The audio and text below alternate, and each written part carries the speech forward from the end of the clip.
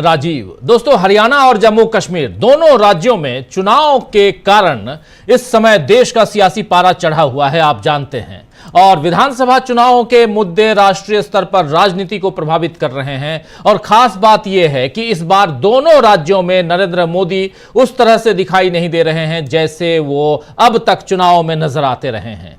पहले से ही चुनावी तैयारियां, जाकर लंबे लंबे भाषण देना और वहां लंबी लंबी ऐसी ऐसी बातें करना जिस पर कई बार लोगों को भी भरोसा नहीं होता है या भरोसा उठ जाता है। मोदी चुनावों के बीच ही अमेरिका भी चले गए, आपने देखा, और वहां मोदी मोदी के नारे लगवाकर गदगद हो गए। लेकिन इधर बीजेपी के लिए क्या चुनावों में जीत के नारे लग पाएंगे, यह सवाल बीजेपी को परेशान किए हुए है। असल में दोनों ही चुनावी राज्यों में इस बार बीजेपी को कांग्रेस से कड़ी चुनौती मिल रही है। कल जम्मू कश्मीर में दूसरे दौर की वोटिंग है, आप जानते हैं। कल 25 तारीख है, 25 सितंबर। 26 सीटों के लिए कल जम्मू कश्मीर में वोटिंग है। और बीता हुआ जो कल है, उस दिन राहुल गांधी ने जम्मू और कश्मीर में 2 सभाएं की थी। और आने वाला जो कल है उसमें भी, यानी कल 25 तारीख को फिर से राहुल गांधी जम्मू पहुंच रहे हैं। राहुल की इन सभाओं से कांग्रेस में काफी जोश भर रहा है, क्योंकि वो रोजगार, विकास, शिक्षा, इन सब की बात कर रहे हैं। जबकि बीजेपी के दिग्गज प्रचार में केवल कांग्रेस और इंडिया गठबंधन के दलों को कोसने में लगे हुए हैं, या फिर अमेरिका में राहुल गांधी के बयानों को तोड़ मरोड़ कर उन्हें धमकियां देने में लगे हैं। अब तो मायावती भी बाकायदा बीजेपी की तरह राहुल को ट्रोल कर रही हैं। आज ही उन्होंने फिर से आरक्षण के मुद्दे को लेकर राहुल गांधी पर आरोप लगाए हैं। मायावती ने ट्वीट कर, एक नहीं बल्कि 5-5, 6-6 ट्वीट उसमें लिखकर थ्रेड में उन्होंने जो बातें कही हैं वो कहीं ना कहीं दिखाती हैं कि राहुल गांधी के ऊपर वार करना अब उनकी मजबूरी हो गई है। और वो जिस ढंग के शब्द लिख रही हैं, जिस ढंग के सेंटेंसेस लिख रही हैं, वो किसी ट्रोल आर्मी से कम नजर नहीं आता है। लेकिन उससे पहले आइए जरा ये समझते हैं कि 2 दिनों में राहुल ने जम्मू कश्मीर और हरियाणा को कैसे साध लिया है। जम्मू कश्मीर में राहुल ने जो कुछ कहा वो हमने आपको अपने पिछले न्यूज पॉइंट में बताया ही था। और कल जब हम न्यूज पॉइंट कर रहे थे श्रीनगर के लाल चौक से, उसमें आपने देखा।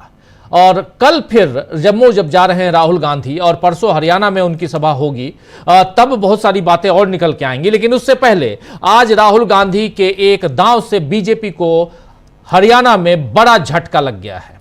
दरअसल बीजेपी की वादा खिलाफी और आम लोगों के सपनों के साथ खिलवाड़ करने की राजनीति पर आज राहुल गांधी ने बड़ा प्रहार किया है। राहुल ने एक वीडियो जारी कर बेरोजगारी के मसले पर बीजेपी पर बड़ा प्रहार किया है। और दूसरी तरफ राहुल गांधी जो वीडियो जारी कर रहे हैं, उस वीडियो के मायने भी काफी हैं। बीजेपी परेशान है कि इस वीडियो का जवाब कैसे दें।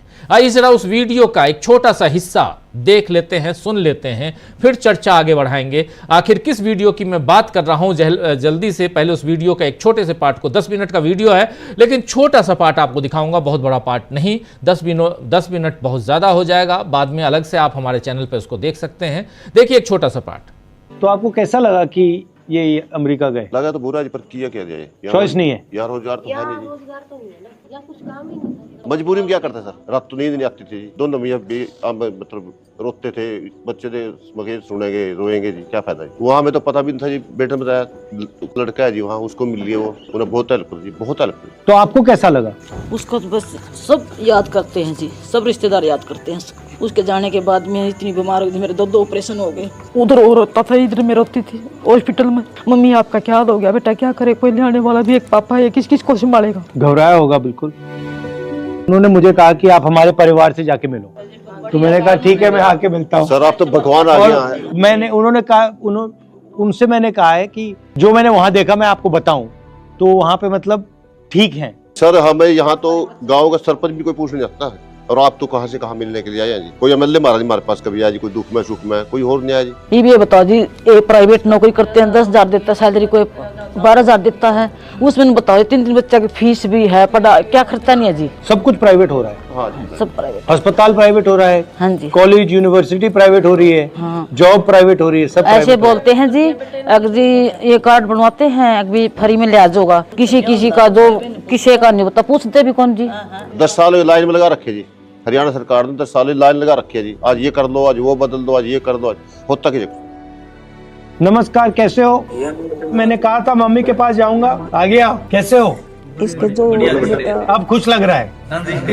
वैसे तो ठीक हो जाता, ये जो खाने पीने की मशीन गई है ना, अंदर से ये सारी टूट गई। नहीं, ठीक हो जाएगा। मैं आपकी फैमिली से बात कर रहा था, कितना मतलब मुश्किल रहा है आपके लिए। हाँ, मेरे लिए तो भी मुश्किल है जी। हो जाओगे ठीक, कोई घबराना नहीं है। मेरी थिंकिंग है कि देश के लोगों को मालूम होना चाहिए कि आप लोग क्या सह रहे हो, क्या क्या मतलब आपको सहना पड़ रहा है, परिवारों को क्या, आपको क्या मुश्किल सहनी पड़ रही है, ये इसलिए मैं मतलब समझने आया हूँ। हरियाणा में सर 2014 से पहले खुशहाली थी, सारा कुछ ठीक ये था। सब हरियाणा से क्यों जा रहे हैं? हरियाणा में रोजगार तो नहीं है, कुछ नहीं रोजगार जी। 14 के बाद तो खत्म हो गया जी, 2014 के बाद खत्म हो गया रोजगार यार, सब प्राइवेट कर दिए जी। अब आपकी सरकार आओगी जी, आपकी सरकार में। तो सुन रहे थे, देख रहे थे दोस्तों, राहुल गांधी ने अपने इस वीडियो में कहें तो बेरोजगारी के उस भयावह असर को दिखाया है जिस पर सत्तारूढ़ भाजपा बात ही नहीं करना चाहती है। अभी आप सुन रहे थे 2014 से पहले क्या स्थिति थी और अब क्या स्थिति है। इस परिवार से जब राहुल गांधी मिल रहे थे तो उसी समय वीडियो कॉल करके उन लोगों से भी राहुल गांधी चर्चा कर रहे हैं और कह रहे हैं कि देखा, मैंने कहा था, आपने कहा था कि मेरे परिवार से मिलिएगा, मैं यहां मिलने आया। और आखिर ये लोग वहां गए क्यों, अमेरिका क्यों गए? और ये जो वीडियो है, आप सोच रहे होंगे कहां का वीडियो, कब और क्यों दिखा रहा है। इसलिए हम दिखा रहे हैं दोस्तों यहां पर, क्योंकि अमेरिका गए थे राहुल गांधी और वहां पर जिन लोगों से, जिन युवाओं से राहुल गांधी ने मुलाकात की, उसमें से बहुत एक वर्ग ऐसा है जो हरियाणा का रहने वाला है। और उसी हरियाणा के इन लड़कों से मुलाकात कर राहुल गांधी ने जो बातें सुनी और वो ही बात यहां पेश कर रहे हैं। सबसे इस बातचीत का जो मेन अगर कहें पहलू, जो सेंटर पॉइंट क्या है, वो बेरोजगारी है। और सत्तारूढ़ दल भाजपा इससे दूर रहना चाहती है, भागती है, इस पर बात नहीं करती है। बल्कि पिछले 10 साल, और या कहें तो 10 साल पहले, हर साल 2 करोड़ रोजगार देने का वादा इसी मोदी सरकार ने, मोदी सरकार ने नहीं, मोदी जी ने किया था। और फिर उसके बाद अपने उस वादे पर कोई बात ही नहीं की। और बेरोजगारी इस बीच 45 वर्षों में सबसे ज्यादा हो गई। मोदी अमेरिका में लाखों करोड़ों कमाने वाले प्रवासी भारतीयों से तो मिलते हैं, लेकिन उन्हें डंकी रूट से जाने वाले बेरोजगार नहीं दिखे। लेकिन राहुल गांधी ने देश के लोगों को यह तस्वीर आज दिखा दी। इसके साथ ही कांग्रेस ने वादा किया है कि सत्ता में आने पर हरियाणा में वो रोजगार उपलब्ध कराने के लिए व्यवस्था बनाएगी। देखिए, कांग्रेस के एक ट्वीट को आपके सामने रखना चाहता हूं। कांग्रेस इसी के जरिए यहां हरियाणा के लोगों को, हरियाणा के युवाओं को क्या कहना चाहती है, क्या वादा कर रही है। साफ साफ कांग्रेस कह रही है कि 10 वर्षों में बीजेपी ने हरियाणा समेत देश भर के युवाओं के साथ अन्याय किया है। हालात यह है कि मजबूर युवा यातनाओं की यात्रा कर रहे हैं।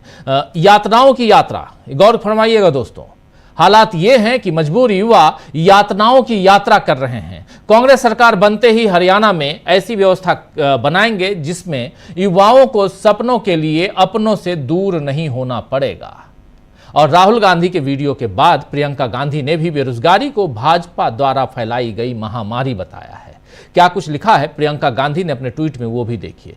प्रियंका गांधी यहां साफ साफ लिख रही हैं कि हरियाणा में भाजपा ने बेरोजगारी की ऐसी महामारी फैलाई है कि होनहार युवाओं का जीवन बर्बाद हो रहा है।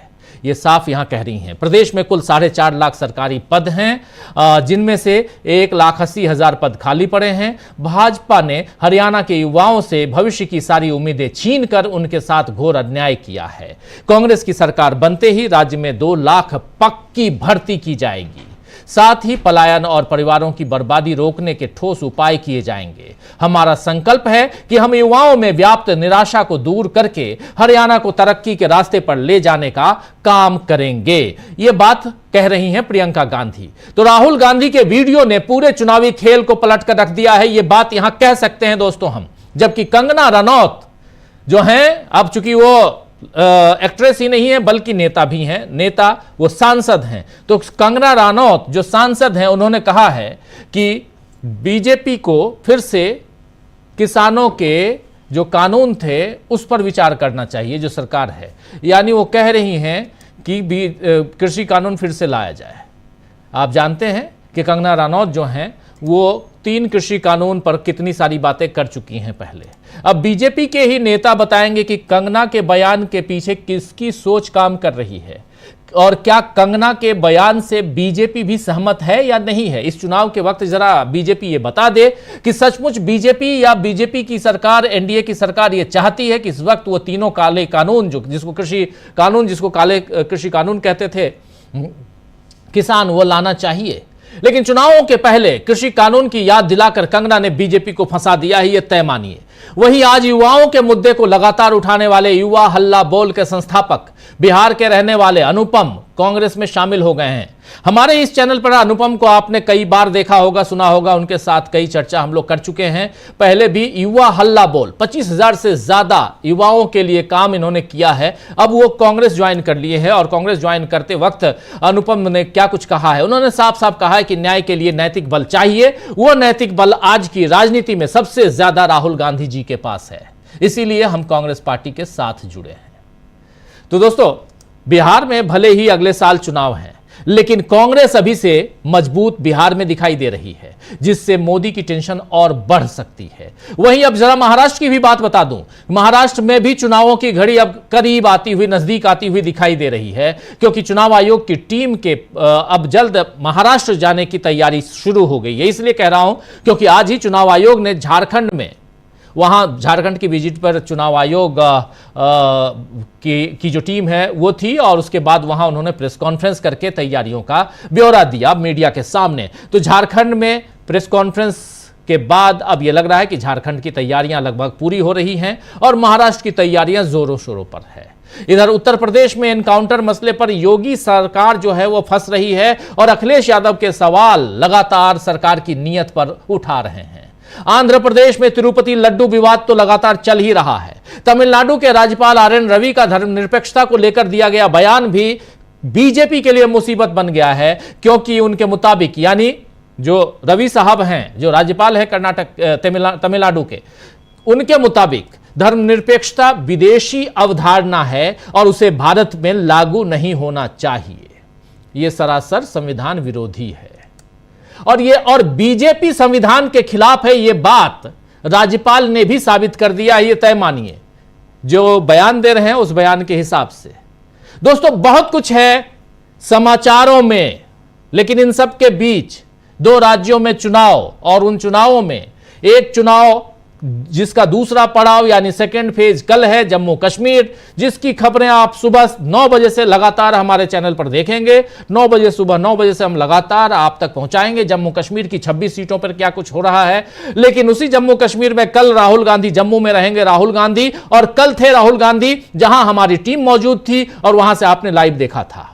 आज हम लोग लौट आए हैं श्रीनगर से जम्मू कश्मीर के चुनावों का ब्यौरा लेकर, उसके बारे में बहुत सारी जानकारियां लेकर इस चर्चा में। और ऐसे भी आपने देखा, लाल चौक हो या डल झील हो, तमाम जगहों से आपने हम सबको लाइव देखा भी है और इसी कार्यक्रम को लेकर हम आते रहे हैं। लेकिन दूसरी तरफ, क्या राहुल गांधी अब जब फिर से जम्मू कश्मीर जा रहे हैं, हरियाणा में कूद चुके हैं कह सकते हैं, क्या राहुल गांधी ने या कांग्रेस पार्टी ने बीजेपी को पूरी तरह से उलझा कर रख दिया है? 2 दिन में राहुल ने कैसे बदल दिया है चुनावी गणित को। जी हां, 2 दिन में राहुल गांधी ने कैसे बदल दिया है चुनावी गणित को,